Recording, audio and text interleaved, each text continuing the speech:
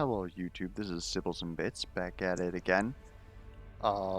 This time, full disclosure, the run is dead.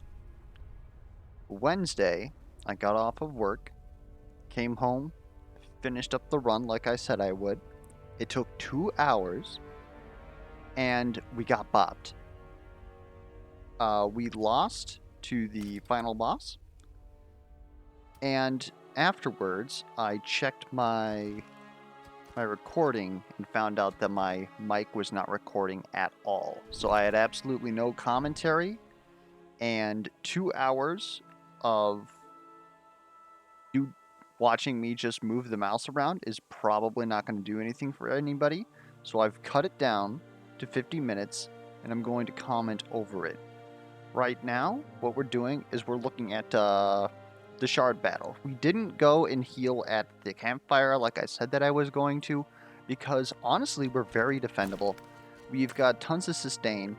We calculated out all the possible elites that we could have possibly ran into.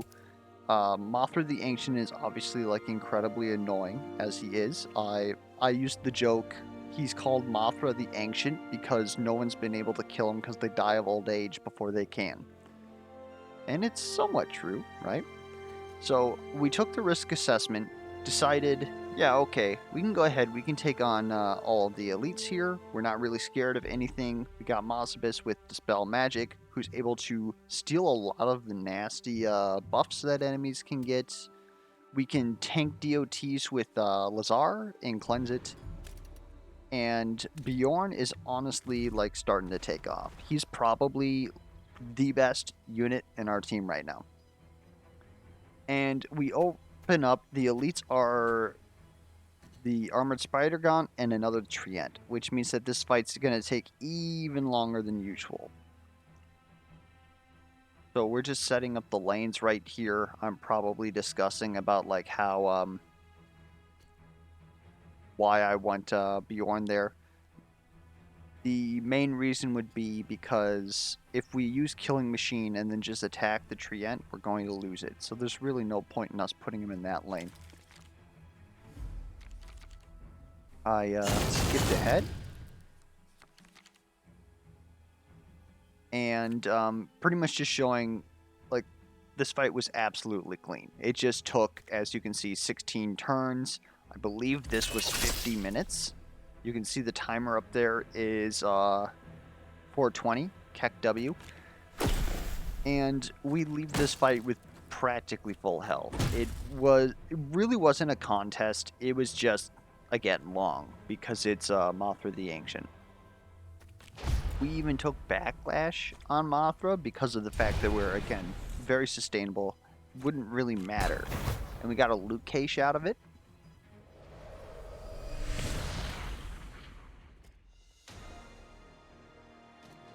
These relics, I'm heavily debating between Blood Chalice and Black Cuirass. The main reason being that if we skip Black Cuirass, Bjorn's not going to get an heirloom. Does Bjorn need an heirloom? And in fact, looking at restore 4 health whenever you gain toughness, the main reason why I take this is we're going into Razar, and he has the Sun Discs that do the 9x4. And so the idea is that Bjorn's probably going to take some damage, right? And so he's very likely to proc up Holy Chalice, and then he's going to gain toughness the next turn. So then that spirit will go into Black Cuirass. We also get to utilize it whenever we use Killing Machine. So it just helps him sustain a little bit more, allows us to use Overhead Swing like much more. And we don't have to worry about stuff like just general sustain, which we already don't, but we can, if we get the right cards out of this draft, we're able to just go full into self-damage and not care about anything. The other consideration was actually Blood Chalice. But again, having Bjorn not have an heirloom felt like a misplay. Here, we're talking about how, like, since we're an all-purple team, we could theoretically drop, like, something around the lines of, like, 20 weak onto something. And that could definitely solve bosses, because bosses can be hit by uh, minor debuffs. So it would be a very good way to solve an AoE attack, but Razar has an AoE attack, but not one that I'm actually like scared of. So I end up not taking that. But I pretty much mentioned it, right? Molten Skin would have been another good idea because of the fact that we're so defendable. I don't even think I considered that, which is a little weird. What we eventually end up taking here is Cruelty. Due to the fact that, again, we have huge sustain, we're considering taking lots of damage on Bjorn, and even if he's at like half health, that's a 1 for 20, which is amazing value. Most of the time, he's going to maybe be a 1 for 10, which is making sure that our damage dealer can deal more damage. Oh, another thing I forgot about the heirloom choice is that I was also debating skipping. And the main reason for that is that basically I like to have around like 875 going into the final boss fight, because then you get money for killing the final boss, you go into the final area, maybe you skip, and you have around a grand. A grand is very good to have going into the final area because it allows you to just pluck a legendary if you need it and heal once. Generally speaking, you need to heal. Maybe we don't necessarily need to with this team, but we get to this screen here, and I mentioned the only real reason why we would want Death's Door is because we're like super sustainable, but otherwise it's honestly pretty yikes with our current setup. Main reason being is that we have to make sure that we're sustaining the next turn, which in retrospect we probably could have done. But Bully, it's not upgraded, so I'm not really going to consider that. We don't need more lifesteal again. And Hypo, I was mentioning about how if Moze-Bjorn just keeps using what is it, Archive, to put books in our deck, then we could theoretically like recall potion it twice and then just spike a boss for like 60 damage. But 60 damage for once for 2 of your potions is, we'd might as well just, use that to recall Shield Crash, right?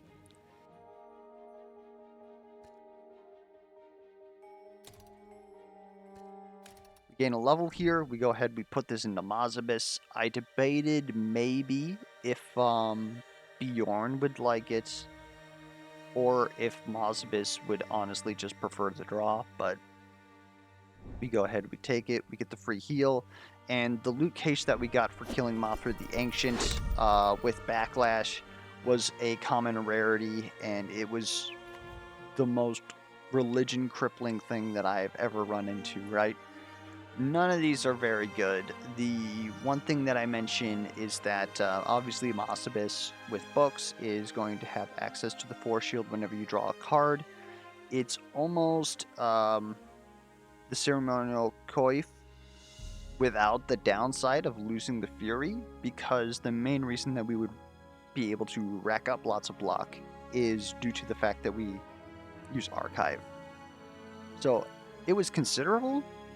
It was considered taking Carved Wood Pipe, but I think eventually I'd take Wood Chime, because with Phoenix Fury, Bjorn's going to be able to pop off his ultimate at any time. And again, going into the whole, well, we could have Spirit, it stacks with Spirit, do we replace this with the Might? We'd actually gain more health, likely, than if we were to have, like, say, Holy Chalice or even Might.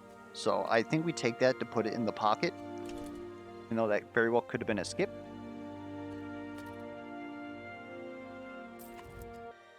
Here we're just making sure that everything's all hunky-dory for the boss.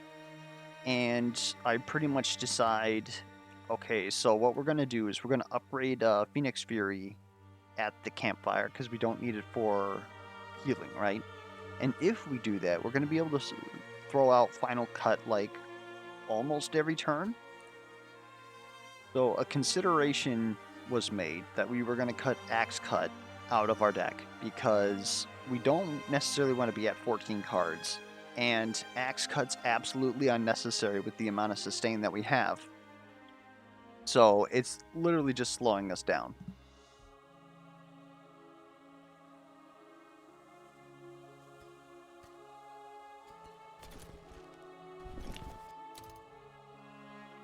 Here we are upgrading Phoenix Fury using the campfire, and then we go pretty much just straight into Razar.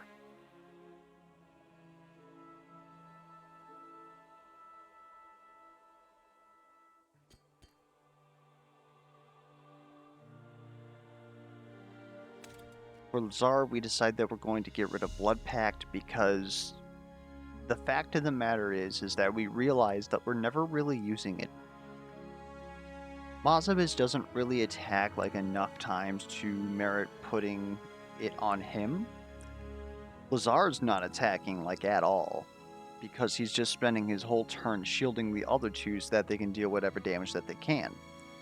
And the vulnerable's pretty cheeky to, you know, put it on somebody who's not being attacked so that they can go ahead and DPS. But it's not really getting us anywhere, if that makes sense. Like, our best move is to put it on overhead smash, but Bjorn already has Killing Machine. And that extra 3, like, 15 damage, like, it's significant, but I don't know. I ended up taking it out of the deck because I felt like every time that we had it in hand, we went ahead and we skipped it. Go ahead and we fight Razar. And the number one mistake that I make here, and please don't do this, is he starts out with his curse cards. And I go ahead and I just decide that I'm going to eat that right onto Lazar. And so the entire fight, I'm fighting with the Kneels. And I know that I've mentioned it in a previous video. Seriously, Kneels are no joke. Especially if you put it on somebody who absolutely has to spend all their cards on a turn. Like, if you have it on a damage dealer, they can just not deal damage for a turn. Like, this is a very aggro fight. Obviously, that would suck. But, again, everyone's relying on Lazar to shield them so that they can do their job. So, getting those Kneels into his deck absolutely, like, completely cripples this entire fight and draws it out longer than it needs to be.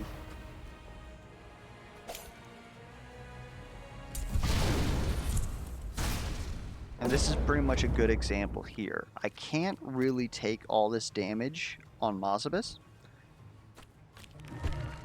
And even like looking at Phase Shift here, Phase Shift would only block one attack for 9. It wouldn't really solve his problem.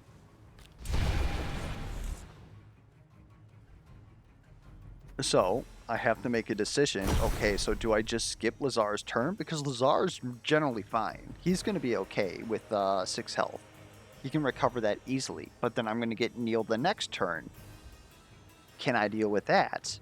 Actually, I'm going to get 2 Kneels the next turn, because if you look up in my deck, I have 4, so I'm going to draw all 4 cards, and there's 2 more Kneels in there.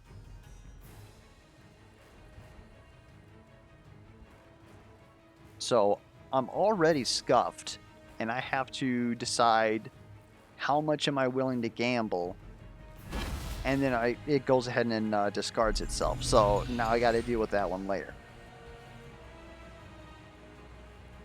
But it did allow me to at least block Moze-Bjorn-Laz for more health, and I also splashed onto Bjorn a little bit, which is pretty good. So, with Bjorn, obviously I would prefer to take as much damage to him as possible so that he's able to get that toughness and heal off that, get the spirits. But the general idea is that you have to face race these Sun Discs, because of the fact that they're just going to, every other turn, they're going to hit you for 9 for 4. And if you cannot sustain that, then it's going to easily become a problem. Generally speaking, all 3 bosses are gated around being able to kill the minions.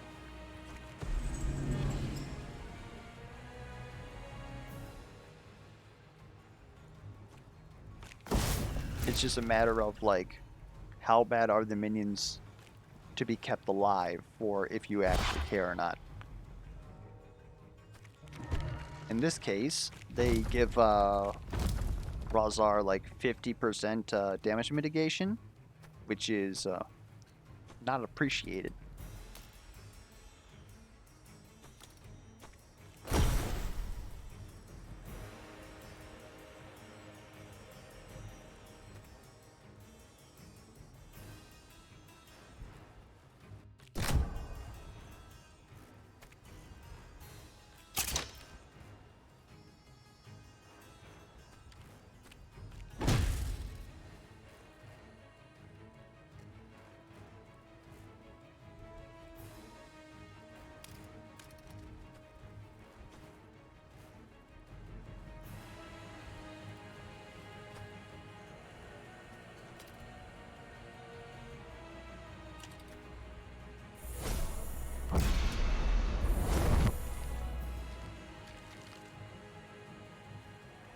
And now we get into this conundrum again, right? Like, Razar is ulting for 18 and an AoE, both Sun Discs are ulting, and I have Neil in Lazar's hand, but yet I have to shield somebody. Yeah. So, we use the potion to pull Killing Machine for Bjorn, and then I believe we did... we probably redrew Lazar's hand, to be honest. And here we are again with another Neil. And we're getting bopped again.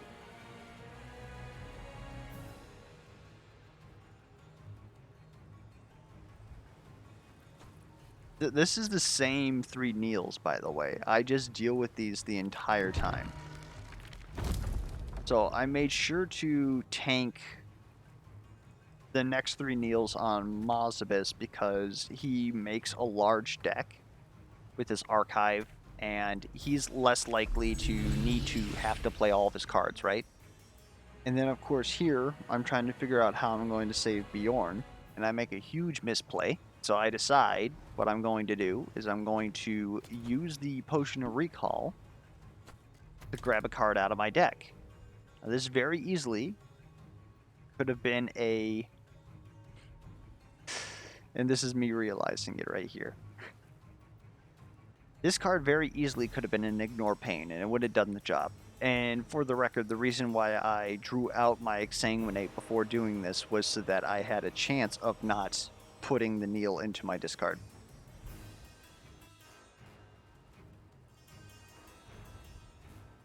Here I miscount my chemo and I pop early, which means that I do not get enough to save Moze-Bjorn, and that's me realizing it right there and being like, well, okay, well, I just killed Moze-Bjorn, so let's go ahead and just throw it on Lazar. That was not a proud moment for me.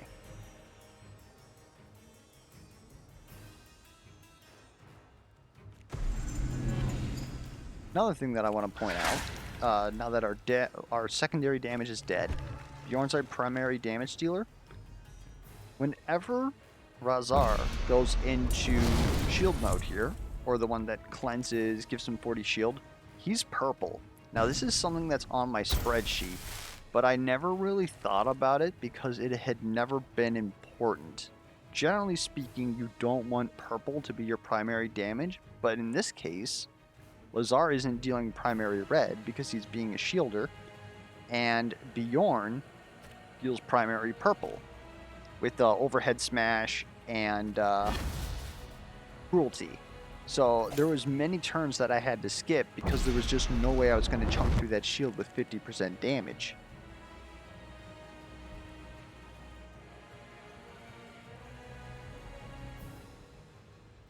I believe this here too is just like he's almost dead, but I can't do anything about it.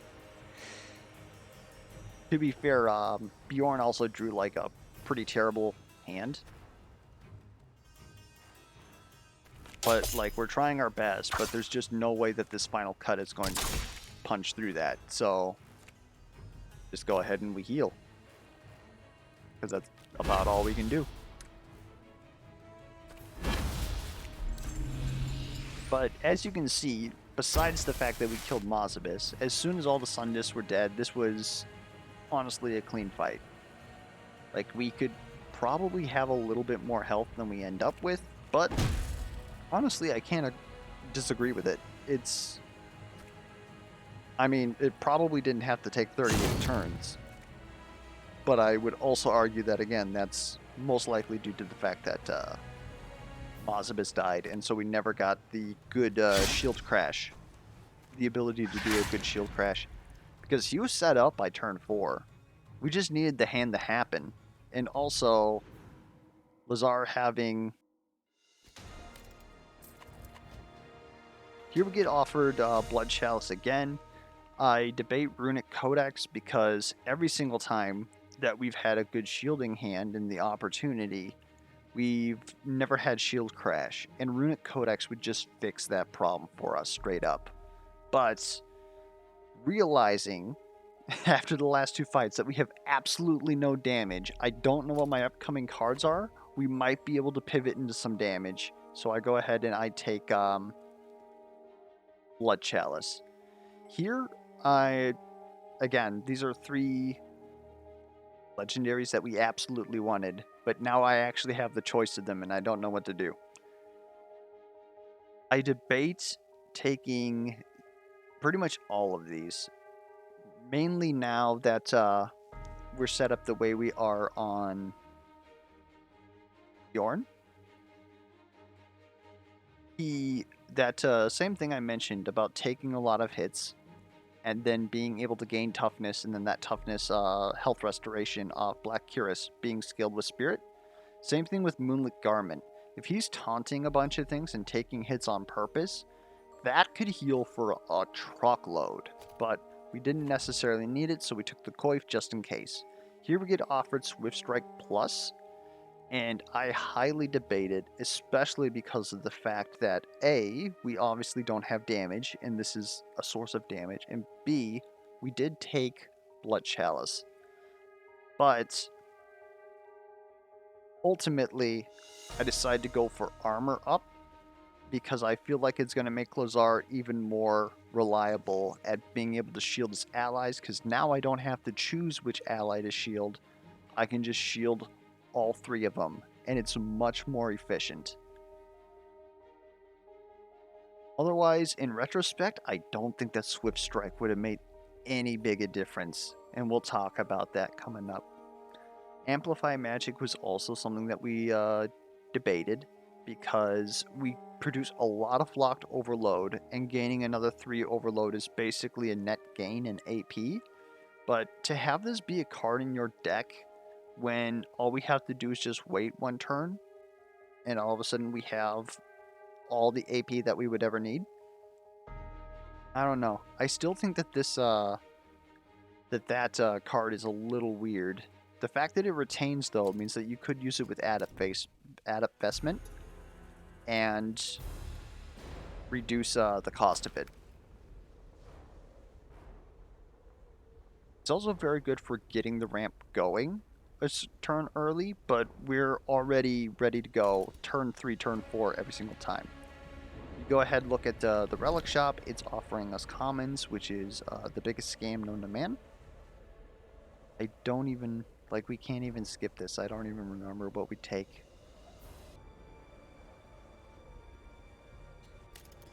Here we get offered Moonlight Garment, which is, again, $8.75. It's not on sale, but due to the fact that it's not on sale, we are not able to get it and heal. And after losing Moze-Bjorn-Laz, we need to heal.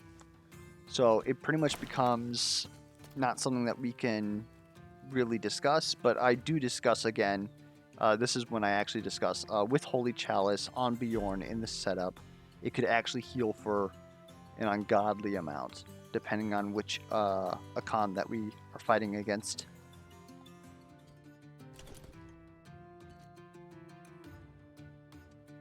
But ultimately, it's better to take a look at our other options first. Here we get offered a Blood Pact. Again, we're not really using it. Nether Storm, it costs quite a bit, but I could see us taking it We didn't though, we took the third ignore pain, just to sort of like go all in on that shielder route on Lazar.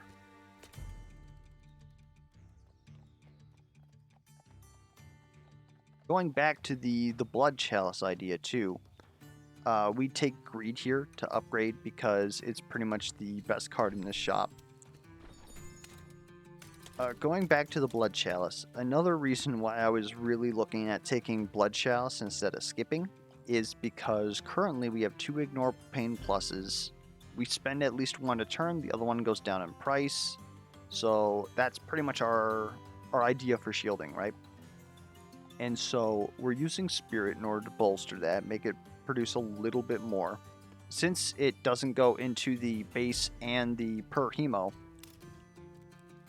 having more hemo would allow us to get more payout for that and potentially make it easier for us to like stay at a good level instead of like teetering around like 1 or 2. We'll be teetering around like maybe 3 or 2, which is very good value, or maybe 4 or 3, and it would have made us much more consistent. So we know we have to heal, and we're debating healing again. But we also know that we want to upgrade Greed, so we're looking at anything else that we might possibly want to upgrade. Here we back out, finally take a look at our Akhan, see it's red Akhan. We go, oh fuck, oh shit, oh fuck. Then we desperately start looking for anything we could possibly do.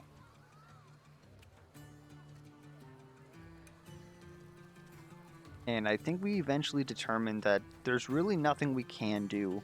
We can't go over to Blood Chalice now because that's not going to solve any problems. We have to stay on... I honestly don't know why we didn't take Ceremonial Coif. We definitely should have. Mimiko's Phase Shifter wouldn't have helped us in this fight. We should have swapped those in retrospect. But what I should have done is... One thing that you always want to do is always check your Akhan first. And in this case, what I should have done is went to the shop, the trainer, for abilities, and just re-rolled that son of a bitch, trying to get Cauterize, or trying to get the blue legendary that allows you to put your debuffs onto an enemy. I think it's called Disperse or something like that, Buffer. Those are the only 2 things that would do a considerable amount of lifting in this fight. Because if you don't have Cleanse going into Red Akhan, you've already set like a 7-turn limit. On top of other things. It's my least favorite Akhan in the game. It is the one that I pushed to get nerfed just a bit, but doesn't look like it happened because it is still just the most binary boss fight of all of them. Being, do you have Cleanse? No. Can you one-shot me? No. Well, goodbye. But we'll get into that. Yeah, I'm so... The reason why I think we're looking at Ceremonial Coif on Bjorn is because with Phoenix Fury, he's technically gaining double on his reds, but we decide against it.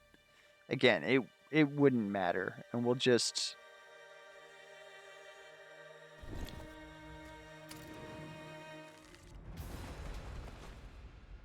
I'll try and narrate this one as best as I can. So, starting right off the bat, guess what? Block for 30 across the board. Thankfully, we have armor up. We can do this. And quite a few teams can do this. Some being Celeste has good access to AoE shielding. Green heroes have access to Communion. Yellow heroes have access to the AoE immune. So does Leon. There's a lot of ways to deal with this. The problem is that this is every turn. There's turns that technically do less damage, but they're technically also dealing more damage, and we'll get to that in the next turn. But the fight pretty much asks you to shield 30 in an AoE repeatedly, have Cleanse, and deal damage at the same time. which is very fine-tuned, assuming that you have access to cleanse. We grabbed Blood Chalice, and that was the only source of cleanse that we were ever offered. So on this turn, guess what? 22 Sunder AoE. So now in the next turn, when you have to block for 30, you block for half. And it's a major debuff, so you can't get rid of it. Meanwhile, Akhan is doing his AoE burn for, I believe it's like 6 or 8. It's a significant amount, especially considering his third phase. And he has toughness. So if you were trying to face race him, it's not happening this turn.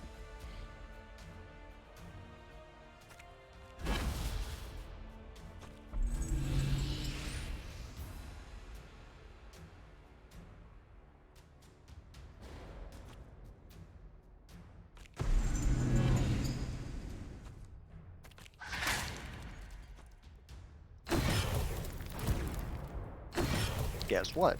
More burn.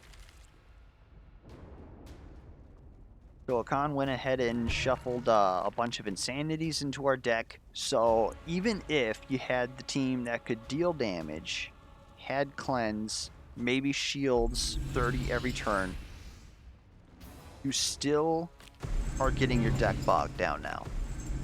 And the deck, and his curse is deal 4 health, does not draw. So it's literally slowing your deck down. And if it hits at the end of your deck, that's pretty much your hand.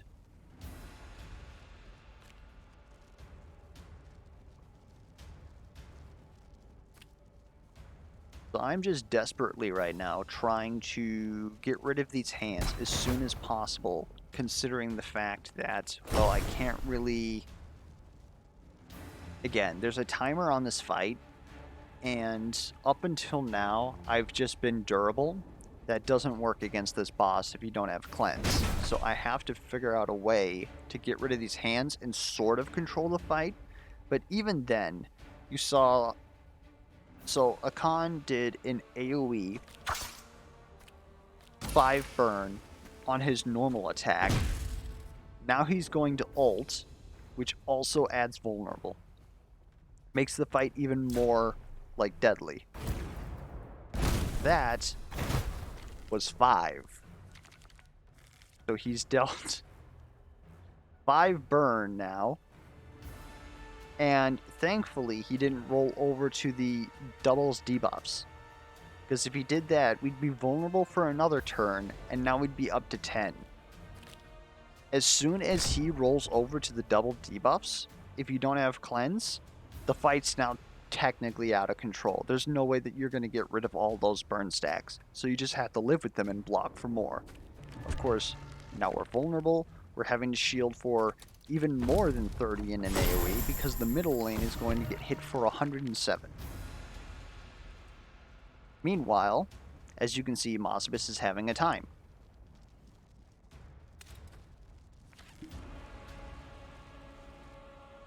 It sounds like I'm arguing a lot, especially when I always vouch for it's not about winning the game, so long as you're learning something, you've won the game, right?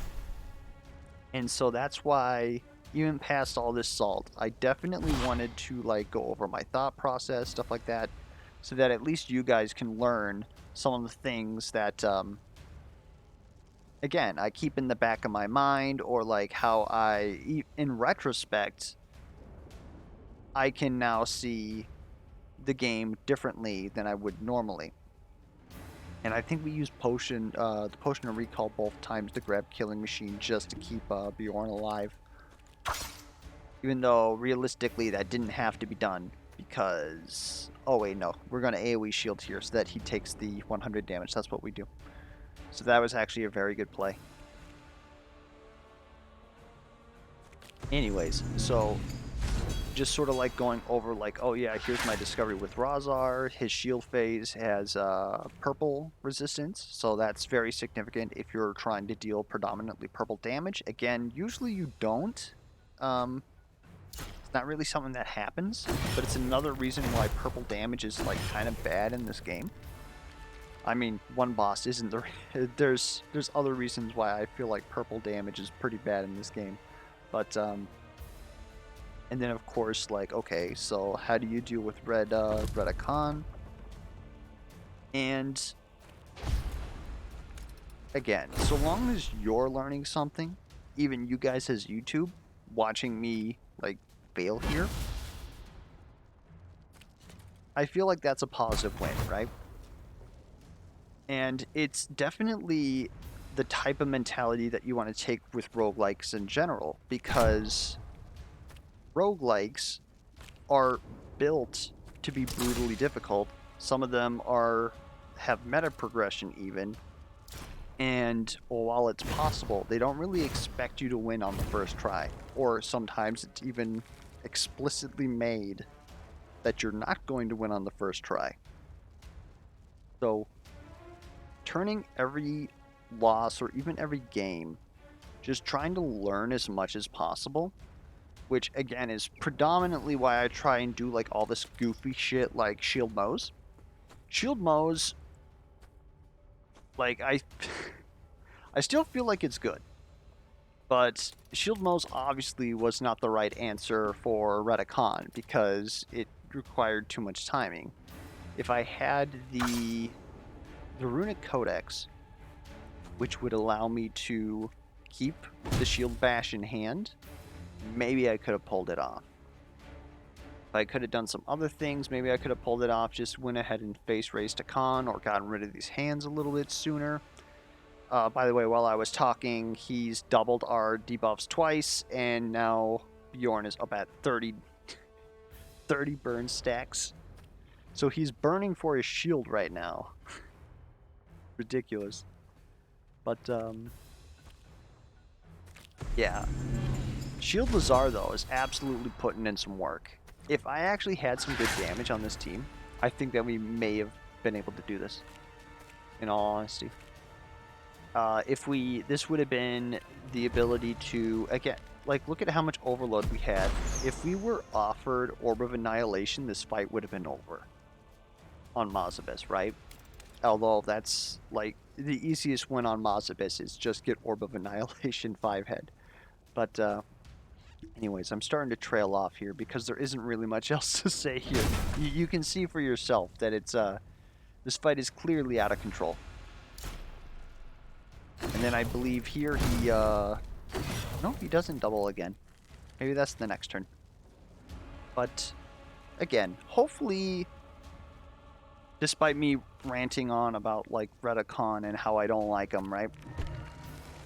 I don't feel like otherwise, the game is particularly, like, typecasted into you need cleanse.